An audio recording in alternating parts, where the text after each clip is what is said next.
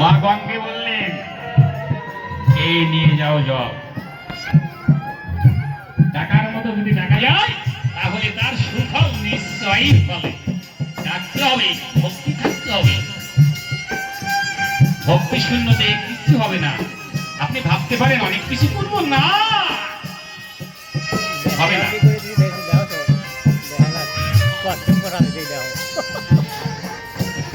জল নিয়ে এসে রাখার পরে এইবার উনুনে দেখে যে একেবারে মনে হয় যেন 6 মাস আগে রান্না করেছে, আগুনের কোনো লেশ নেই। এইবার এইখানে গানখানা গাও। আলো সঠিক আসছে, আর উপায় নাই। পূর্ণাঙ্গ হবে না, তারপরও আপনারা আশীর্বাদ করবেন ভবিষ্যতে বয়সের শেষের দিক একবার একটু না হলে হয় না।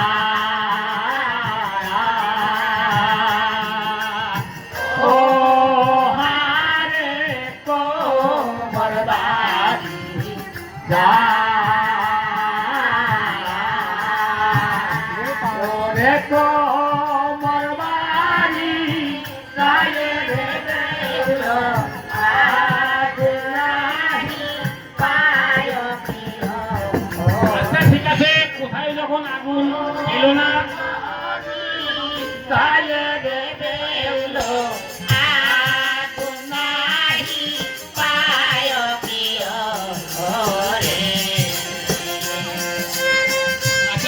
যখন আগুন পেল না, এইবার কি করলে? মনক্ষুণ্ণ হয়ে উনুনের পাশে বসে ব্রহ্মদেবকে স্মরণ করলেন, ব্রহ্মাকে স্মরণ করলেন। স্মরণ করার পরে ব্রহ্মা এসে বললেন,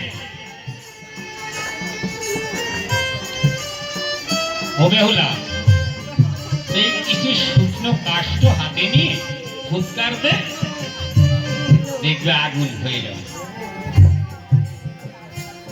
ব্রহ্মবাক্য নহে বেবিচারী, ব্রহ্মবাক্য নহে বেবিচারী। মনসা কি করলেন? কিছু শুকনো কাষ্ঠ হাতে নিয়ে ফুৎকার দেওয়ার সঙ্গে সঙ্গে উনুন জ্বলে গেল। এই বহুত কথা, আড়াই কথা, এটা ওটা অনেক কথা ছিল, কিন্তু হয় না, এটা সম্ভব না। ডাল রান্না হয়ে গেল। তো ডাল কেমন রান্না করেছিল? কোনোটা গা মেলেছিল, কোনোটা গলে নরম হয়েছিল, কোনোটার গার খোসা ফেটেছিল, যাতে তাওই মশাই বুঝতে পারে প্রকৃত যে ডাল, ওই ডালে আমি খাচ্ছি কি, তাই না?